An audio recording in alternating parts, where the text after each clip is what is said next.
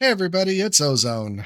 Today I want to focus on the statues mod specifically and re-explain things a little bit. I had previously done a lot of exploring of the statues mod within my Let's Play series for Chosen's Modded Adventure, and I explained things, I guess, fairly well in that Let's Play series. Today I want to focus on the specifics of the statues mods and try to explain it more clearly.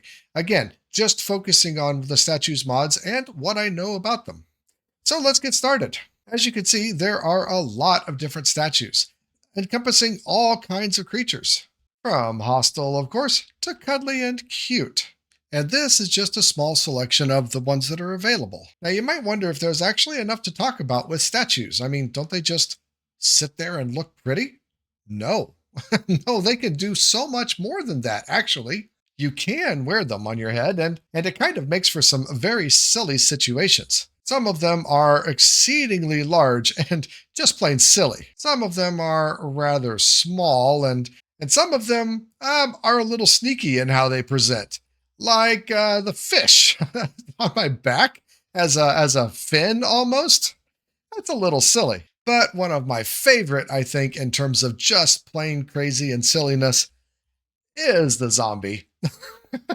I don't know why they decided to make it go there, like it's a backpack, but it looks pretty funny, and I kind of like it. Now I'm wearing all of these statues on my head as a helmet, but there is also a statue slot here in the trinkets area so that you can continue to wear a helmet. It's always good to have that protection as well as the cosmetic.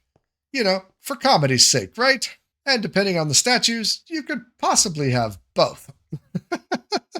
They are so much fun, but like I said, they can also do a lot more.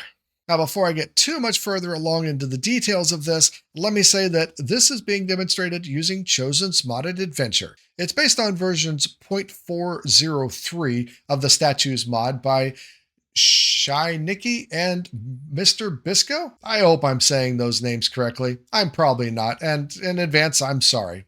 But anyway, your mod pack may have changed some of these recipes or changed some of the configurations, so it's entirely possible that there's subtle differences, but the overall effect should be the same. Let's start off by talking about just how exactly do you get these statues. There are only two ways that I know of, and one of those is not crafting. These cannot be crafted, they can only be found. So first of all, you can find one by killing the mob of that type. According to the JEI, there's a 1% chance of the drop when killing that mob. But secondly, you can find them as treasure from chests. I found some in ancient cities as well as end cities, but there might be other places. But suffice it to say, there's really only one way to get them, and that's by finding them. So I've hinted at it a couple times. Let's take a look at what you can do with these statues. If you hit the U button on one of these statues, you'll see that there are two new tabs up here for statue loot and statue upgrades, which hints that there's a whole lot more that can be done. Doesn't statue loot sound interesting? Doesn't seem that valuable. But how about gunpowder from a creeper statue? Yeah, I thought I'd have your attention with that one. So the bottom line is that statues can be upgraded to do a variety of actions. But the process for upgrading a statue really isn't laid out very clearly. The heart of the process for upgrading a statue is done with this block right here, simply called statue. That's capital S.T.A.T.U.E. and stands for Statue Table for Applying Tiered Upgrade Enhancements. Kind of clever, I would say. The crafting recipe is right here with a chest in the middle, cobbled deep slate around, and a piston up at top. According to the JEI, various kinds of chests are allowed, but this must be cobbled deep slate. And how we get from cobbled deep slate to a purple base is beyond me. Regardless, that's the thing that you use. And it is only one of a couple blocks that are added by this mod. Now, if you use the JEI to get the recipe, notice that there is an information tab here, and this information tab has 6 pages that actually spell things out in quite good detail. But I don't know about you, I always look past that information tab, and it took me quite a while to find it. It seems like that's not a common thing that's used by a lot of mods. So if you've overlooked it once or twice, you're not alone in that. Looking at the statue block itself, we have several fields here, and this field over here with some kind of imprint on it. If we shift click a statue in here, it goes into the middle, And then we have this chisel button. But beyond that, these things are not labeled, and it's difficult to know what exactly you're supposed to do. You can't just put a statue in there and then press chisel. Obviously, you need other things. Now, obviously, you could just read the information page, but you came here for a video. So let's give you what you came for and show you how to do these upgrades. Before we begin, though, it is important to know that not all statues that you find in the world are the same. Some of the statues that you find as loots have already been upgraded or been made upgradable. Statues that you get from mobs, however, have not already been set to be upgradable. And the difference is here in the inventory. When you hover over the statue, if you don't see any additional information, if it just says statue, this statue has not been upgraded yet or made to be upgradable. However, when you find a statue as loot, it probably has already some stats and already has been made to be upgradable. So the first thing we have to do is convert a non-upgradable statue to a statue that is upgradable. And the statue block is used for both making a statue upgradable as well as applying the upgrades to the statue. So again, this is a source of confusion as I've been explaining what I've learned to people on the server. In order to convert a statue to be upgradable, you need the statue core shown here on the wall behind me. Notice the shape of the statue core matches the shape over here, and that's the slot where the statue core goes. At this point, the chisel button is now available. So we can take this statue, which is not upgradable, and by using the statue core, chisel it and make it upgradable. Now this statue has the stats of levels, kills, and upgrade slots, much like this statue has, which is one that I found in an ancient city. Notice that this one does come with some stats for the levels, kills, and upgrade slots, where this one does not. But the levels and kills and stuff will matter a little bit later on. For now, let's focus on just getting the statue core. Annoyingly, the statue core can be obtained by killing a statue bat. And the statue bat looks just like a normal bat, well, except grayer. The statue bat is found underground in areas of light level 0, just like the bat. And if you've explored in a world with Chosen's modded already, you've probably seen one and just ignored it. I mean, who pays attention to bats? Nobody. Well, if you want to mess with statues, you need to pay attention to the bats. Just like I'm doing right now, finding and killing a bat and keep catching it, oh, such a pain. They're very fast little guys. There we go. But when you do kill it, I do believe a statue core is a guaranteed drop. And these guys are not terribly common in the caves either.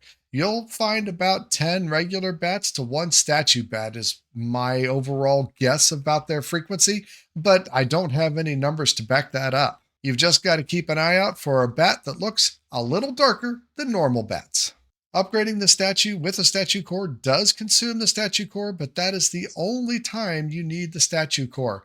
All of the future work you're doing on the statue do not need another statue core. To reiterate once again, you only need to use a statue core when you're converting a statue from a non-upgradable version like this into an upgradable version like this. So now that you've wrestled the statue bat, gotten the statue core, and made a statue upgradable, how do you continue to increase the stats so that you can actually get those upgrade slots? Notice the bottom line says upgrade slots 0, and that is what matters for applying upgrades. So the bottom line is you've got to do some more kills. You have to kill the kind of mob matching the statue in order for it to gain levels and upgrade slots. One nice thing about this process, if there is a nice thing about this process, is that it doesn't have to match the statue exactly. This statue is a lime sheep statue, but killing a regular old white sheep makes the kill count and add to the statue's level. And that would be pretty annoying if you had to only kill lime sheep in order to advance your lime sheep statue. Or maybe even more annoying would be trying to get only angry pandas in order to advance your angry panda statue.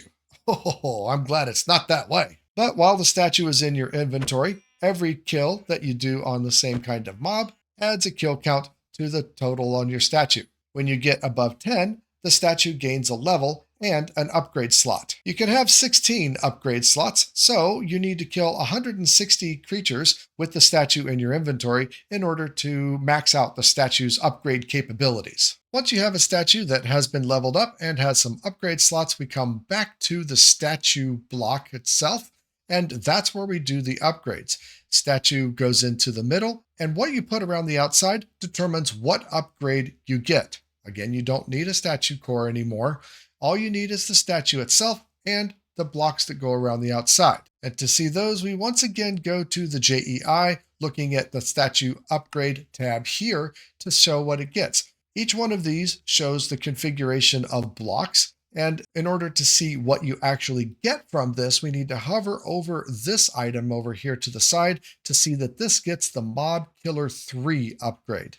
Notice this one has Mob Killer 2, so they've got to stack. But if you have a statue with Mob Killer 2 and you bring in a bottle of enchanting, then you can upgrade it to have Mob Killer 3. And there are 4 pages of these with Despawner, Mob Killer 1, Mob Killer 2, Spawn 1, Speed 1, Interaction 1, Looting 1, Automation 1, Glowing 1, and Glowing 1.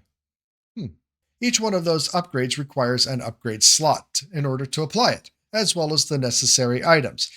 Now, because this is what I think is most important for most people, we're going to start with looting, because looting is what allows you to get free stuff. We're back here at the JEI. We looked at the statue upgrade tab in order to see what we needed in order to apply an upgrade. The statue loot tab shows you what you're going to get from that statue as loot as a result of the looting upgrade.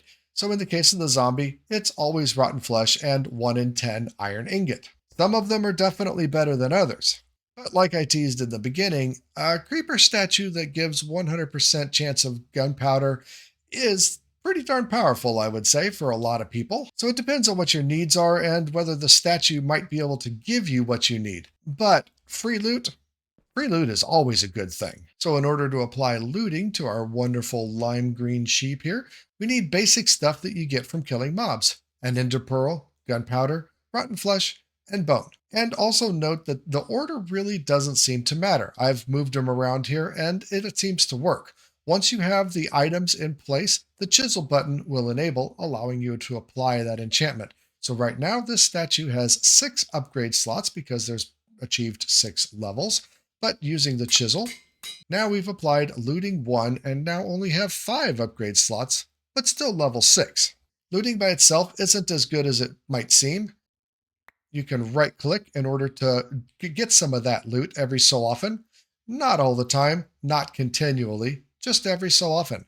It doesn't really do anything automatically. One other really important thing to note is that some of the upgrades can be done multiple times. Looting, for instance, can be done multiple times, bringing us to level 2, 3, 4, and finally 5. Each time uses an upgrade slot, but looting 5 should give you a lot more loot than looting 1.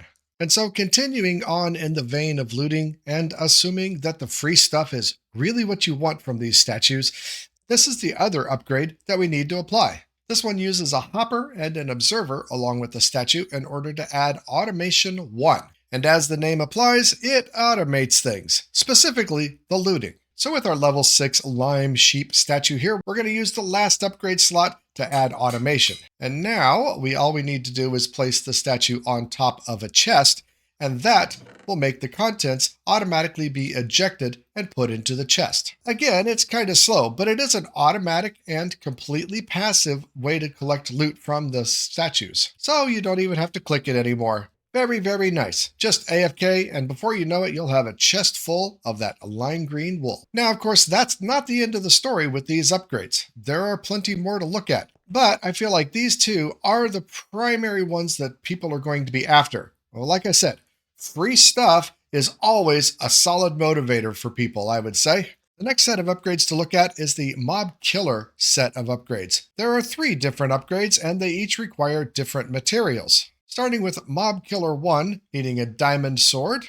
Mob Killer 2, needing 3 blocks of lapis lazuli, as well as any enchanted book, and Mob Killer 3, needing a bottle of XP. And of course, they have to be done in order. So our lovely statue here, we're chiseling it to get Mob Killer 1, and then Mob Killer 2, and finally Mob Killer 3.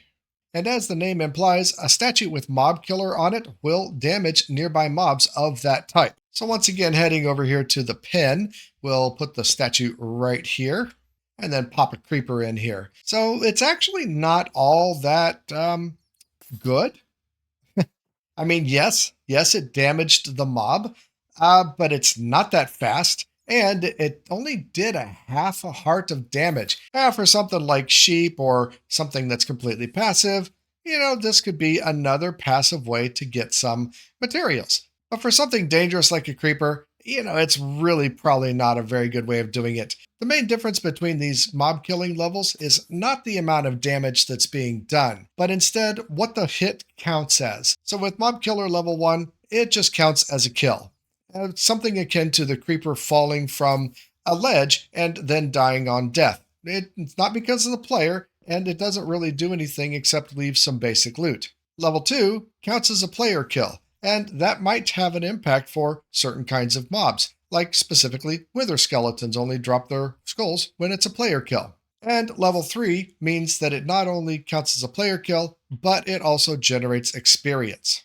But still, the bottom line is, it's not that good, and there are better ways to have a mob farm than using statues. One thing that might really help out a statue as a mob farm is the speed upgrade, shown here behind me with redstone, a clock, and sugar as its components. The documentation on it says that the speed upgrade helps with interactions and spawning.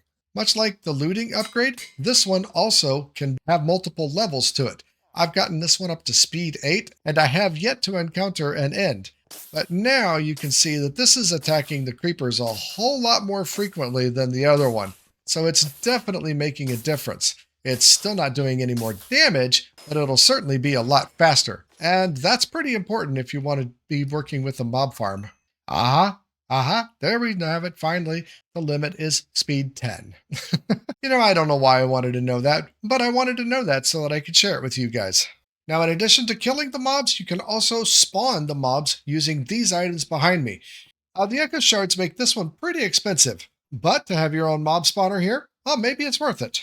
Like all the others, we just have to have them in there and hit chisel. And the question is, can we have multiple levels of spawner? We can. Well, this guy is all maxed out with 3 spawning levels, 3 mob killing levels, and 10 speed levels. And the question is, how fast of a spawner is it? And does it also spawn and kill the mobs at the same time? Well, yes. Yes, it does. My spawning area, my little corral here is a little too small, clearly, but okay, this is getting a lot more interesting. Now you can use one statue to do both spawning and killing and make your own little mob farm this way. Not bad at all, honestly. Also, like speed, spawner can get up to level 10. And as you can see, this one is really slow because it doesn't have any speed upgrades on it. So speed also benefits the spawner as well.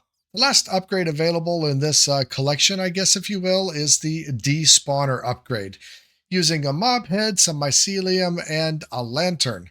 The despawner upgrade only has 1 level available. But as the name implies, if you just place it down somewhere, it will prevent mobs of this type spawning nearby. And now what exactly is nearby? Well, the documentation in the game doesn't tell me, and I really wasn't able to find anything online either. When we have the spawner upgrade, that area seems to be fairly small, maybe like 5 or 6 blocks radius. I would certainly hope that the despawn radius would be much bigger, but I don't honestly know. I do know, however, that it doesn't forcibly despawn a mob that's there. For instance, spawning a husk in is just fine. The despawner statue is not going to make the husk go away. It will simply keep a husk from naturally spawning within an area around the statue. And the last upgrade that we could talk about is the glowing upgrade, which seems to just make the statue glow. The documentation says that both an ink sac and a glow ink sac will do this, but my testing shows that only the glow ink sac will work. Now, interestingly, making the statue glow doesn't actually consume any upgrade slots. Look, we've already got glowing 4, and it didn't use any of them. In fact, you can take glowing to a pretty insane level, level 15. And in the daylight, it doesn't look so interesting, but at nighttime, it's clearly visible. Now, it doesn't actually seem to create any light around it. It just makes the statue itself glow very, very brightly. Now, I kind of think that a regular ink sac is supposed to remove some glowing because the documentation hinted about that, but it doesn't seem to work. Also, the documentation talks about an enchantment called Sounds, which makes the animal sound when you right click it. And that also doesn't seem to have anything in the JEI to tell you how to accomplish that. And lastly, there is also an interaction upgrade available, but I really couldn't figure out what that was supposed to do. The documentation says it allows special interactions, but beyond that, it doesn't really seem to do anything. I thought that would mean that you could use a bucket on a cow statue, for instance, to get some milk.